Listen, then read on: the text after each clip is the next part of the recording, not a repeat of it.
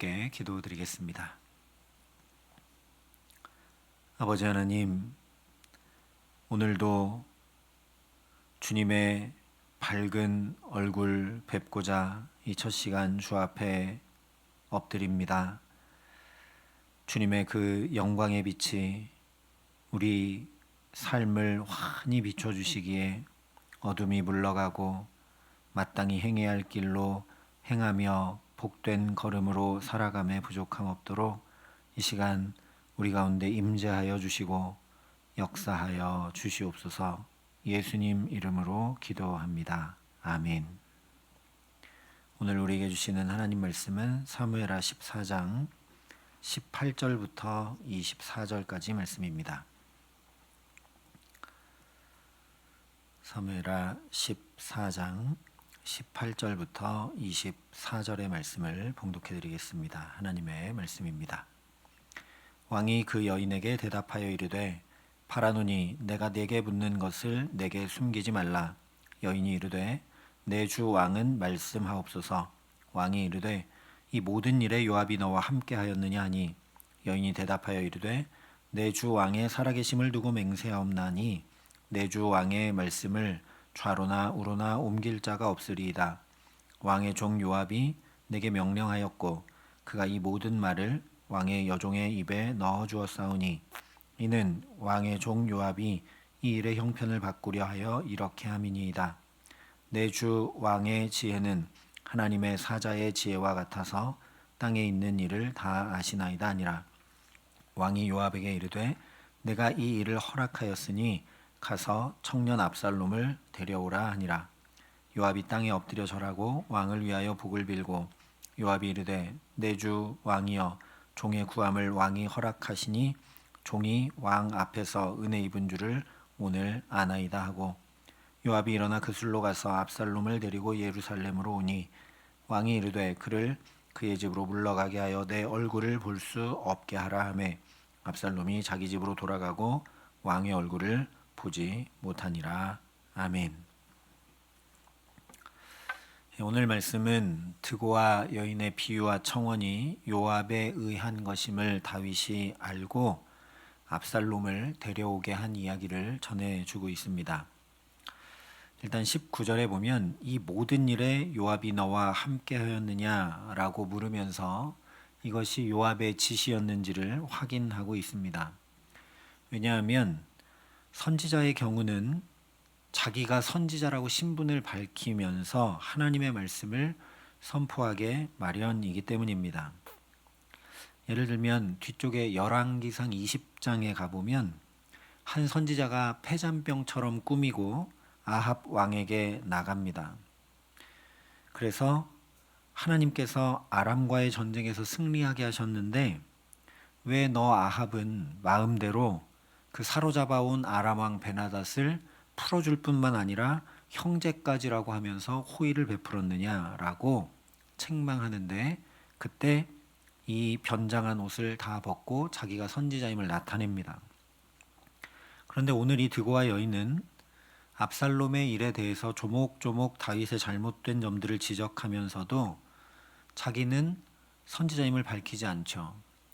이렇게 상복을 입고 온 것은 변장한 것인데 그냥 계속 상복을 입은 과부의 행세 그대로 있기 때문에 말하는 내용은 선지자의 내용인데 그가 밝히지 않기 때문에 다윗이 의심할 수밖에 없었던 겁니다. 학자들에 의하면 이것은 요압이 일부러 다윗에게 자기가 드고와 여인을 보낸 것이 들통나게 한 작전이었다 이렇게 얘기합니다. 왜냐하면 앞서 13장 마지막 절에 살펴봤던 것처럼 다윗의 마음은 압살롬을 향해 간절했지만 압살롬은 암논을 죽인 살인의 죄를 저질렀기 때문에 다윗의 개인적인 그 마음만으로 데려올 수가 없어 괴로워만 하고 있었기 때문입니다. 이런 상황에서 압살롬을 데려오는 것이 다윗의 마음과 다윗의 뜻이 아니라 요압의 강한 의지인 것을 다윗도 알고 백성들도 알아야만 다윗이 압살롬에 대한 마음을 바꾸고 결심할 수 있었기 때문이라는 거죠. 왕의 그런 마음까지 헤아려서 왕이 원하는 바를 이루어 주고자 드고와 여인을 데려다가 그 입에 할 말까지 넣어서 다윗이 행동할 수 있도록 하고 있다라는 겁니다. 뿐만 아니라 22절, 23절에 보면 요압이 땅에 엎드려 절하고 왕을 위하여 복을 빌고 요압이 이르되 내 주 왕이여 종의 구함을 왕이 허락하시니 종이 왕 앞에서 은혜 입은 줄을 아나이다 하고 요압이 일어나 그슬로 가서 압살롬을 데리고 예루살렘으로 왔다 얘기합니다. 다윗 편에서 보면 요압이 이렇게 다 알아서 해주고 있는 겁니다. 죽음의 정죄를 받을 수밖에 없는 아들 압살롬을, 그러니까 다윗은 요압을 방패 삼아서 마지못해 데려올 수 있었다라는 거죠. 이런 면으로 보면 요압은 적어도 다윗에게는 충신인 셈일 겁니다. 물론 이런 주군과 신하, 왕과 군대 장관이라는 이런 역학관계가 여기 작용하고 있지만 조금 더 살펴보면 이 요압은 충신의 마음이라기보다는 다윗을 향한 정치적 압박을 위한 것임을 우리가 알게 됩니다. 앞에 12장 말미에서 살펴봤던 것처럼 암몬과 전쟁을 요압은 이미 승리했습니다. 그런데 다윗에게 전령을 보내서 내가 랍바 곧 물들의 성읍을 쳐서 점령하였으니 이제 왕은 그 백성의 남은 군사를 모아 그 성에 맞서 진치고 이 성읍을 쳐서 점령하소서. 내가 이 성읍을 점령하면 이 성읍이 내 이름으로 일컬음을 받을까 두려워하나이다 라고 사람을 보내 이야기합니다. 표면적으로 보면 이제 이 암몬을 다 쳐서 이겼으니까 마지막으로 왕이 와서 이 성을 차지하고 영광을 얻으십시오 라고 하는 충성처럼 보이는데, 사실은 다윗 왕이여 지금 당장 남아있는 군사라도 다 끌고 와서 이 성을 쳐 점령하지 않으면 나 요압이 쳐서 점령하고 이 성읍을 내 이름으로 삼게 될 것이다. 다시 얘기하면 내가 스스로 왕이 될 수 있다라는 으름장이자 협박이었습니다. 실제로 원문을 보면 모두 요압이 자기가 주권자인 것처럼 다윗에게 명령하는 형태로 되어 있고, 무엇보다 이 말을 듣게 된 다윗은 즉시 남아있는 백성을 모아 급히 가서 암몬을 쳐 승리를 자기 것으로 삼습니다. 그러니까 요압은 표면적으로는 충성스러운 신하인데 틈만 나면 다윗을 정치적으로 압박하면서 자기 뜻을 관철시키는 사람입니다. 오늘 일도 마찬가지라는 거죠.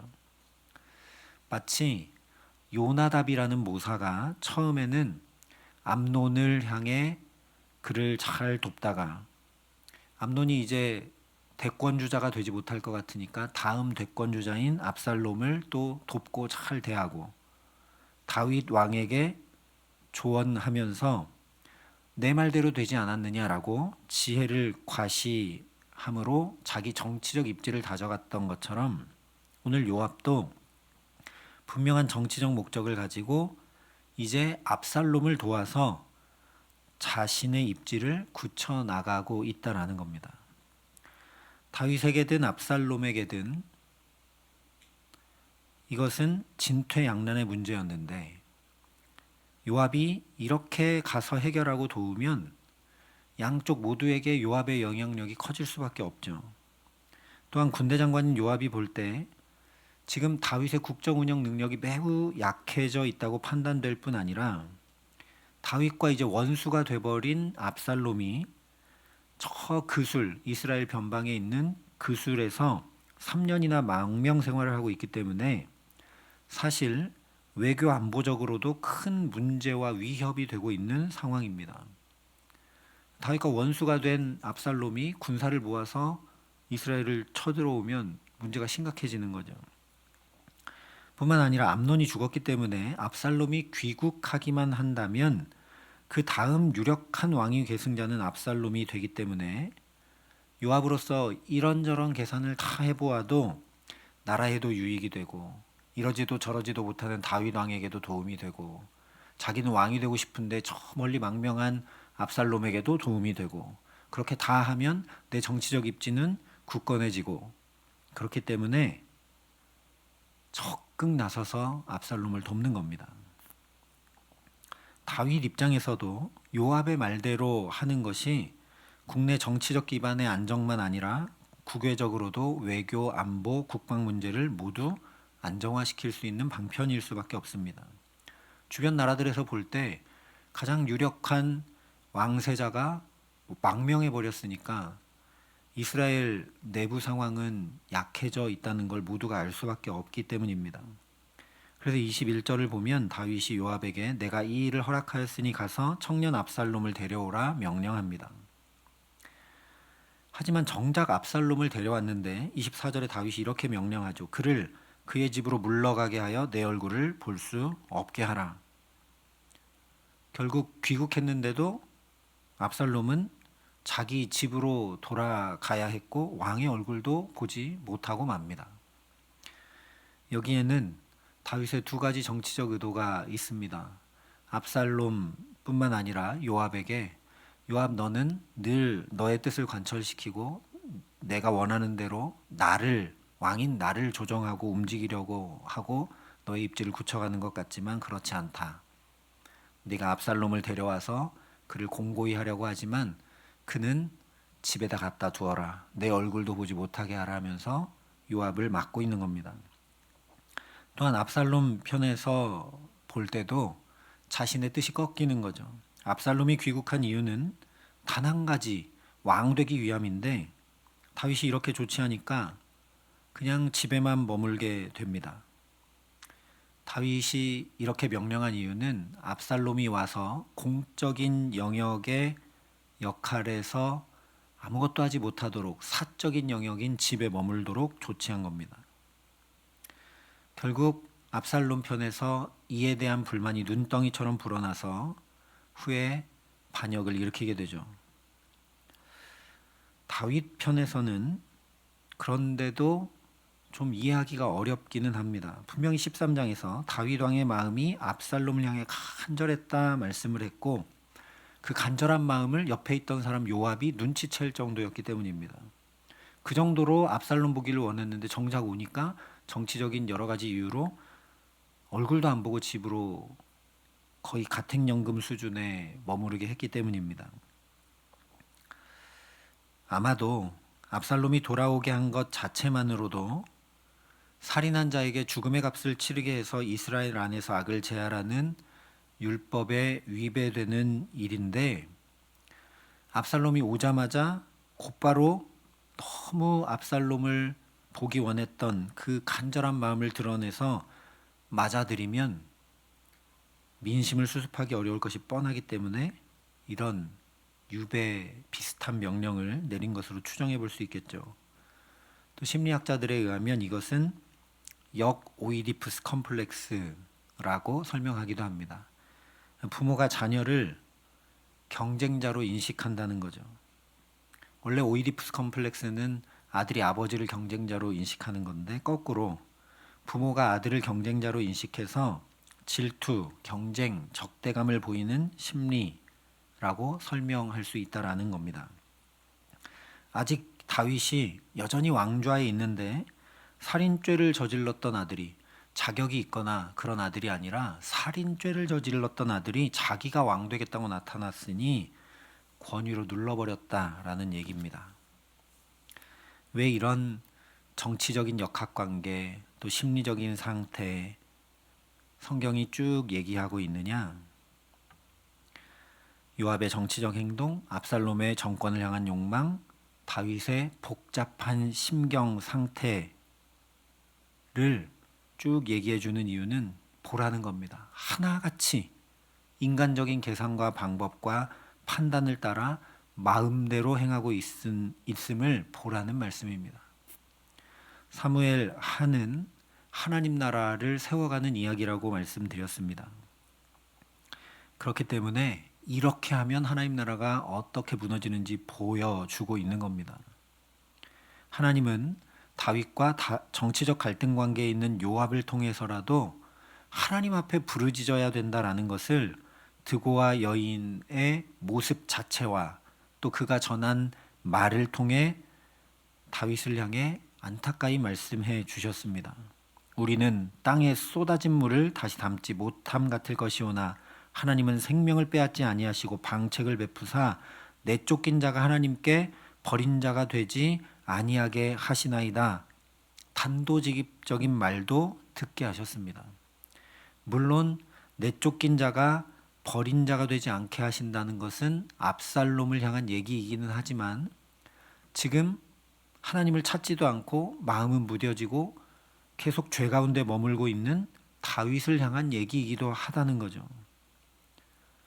죄 가운데 있다 할지라도 하나님께 나가면 하나님은 방책을 베푸시고 하나님 앞에 버린 자가 되지 않도록 하신다라는 말씀.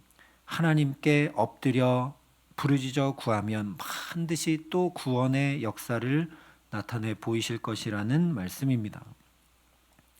이런 맥락에서 오늘 압살롬의 모습 역시 다윗을 비추어주는 거울입니다. 마치 돌아온 압살롬이 왕의 얼굴을 마주하지 못한 채 자기 집에 버려진 사람처럼 살게 되고 만 것처럼 다윗이 하나님 얼굴 뵙는 일에 실패하고 있음을 보라는 것입니다. 압살롬이 왕의 얼굴을 보지 못했다는 것은 귀국했는데도 집으로 돌아왔는데도 아버지로부터 왕으로부터 은혜를 입지 못했음을 나타내는 비유적인 표현이고 하나님의 얼굴빛을 뵙는다는 것 역시 성경에서 하나님께 은혜 입는다는 표현입니다.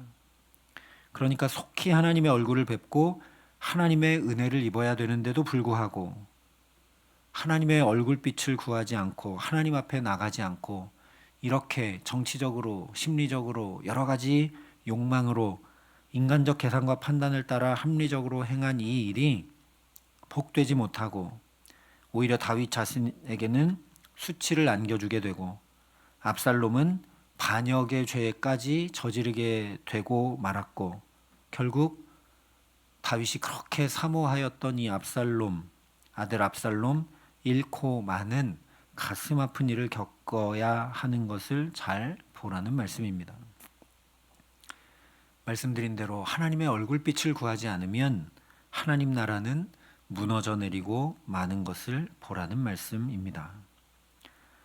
그러니 시편 기자가 하나님이여 우리를 돌이키시고 주의 얼굴빛을 비추사 우리가 구원을 얻게 하소서 하니 고백과 간구가 오늘 무엇보다 우리가 먼저 드리는 간절한 기도 될 수 있기를 바랍니다.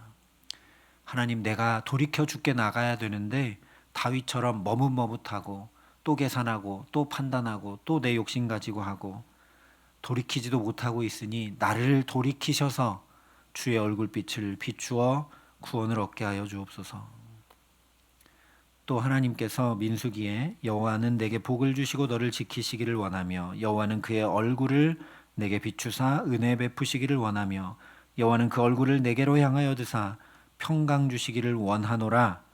간구하면서 축복하면 이대로 복 주신다 약속하고 말씀해 주셨으니 이 말씀대로 오늘 또 기도하는 저와 여러분 될 수 있기를 바랍니다. 하나님 복 주시고 지켜주시지 않으면 한 걸음도 살 수가 없습니다. 하나님의 얼굴빛을 비추어 주셔서 내게 은혜를 베풀어 주시옵소서. 하나님, 여러 가지 문제도 있고 아픔도 있고 해결하지 못하는 것들도 있고 또 떨쳐내지 못하는 것들도 있는데 세상이 줄 수 없는 평강의 복을 더하여 주옵소서. 오늘도 간구하는 우리 모두가 될 수 있기를 바랍니다. 그래서 참으로 주님의 얼굴빛, 능히 내 삶에 가장 복되고 지혜로운 방책을 베푸시는 주님의 은혜가 임해와서 보호받고 복받고 또 평강을 누리는 가운데 오늘도 주와 함께 살아가게 하시기를 예수님의 이름으로 간절히 축원합니다. 함께 기도하시겠습니다. 아버지 하나님,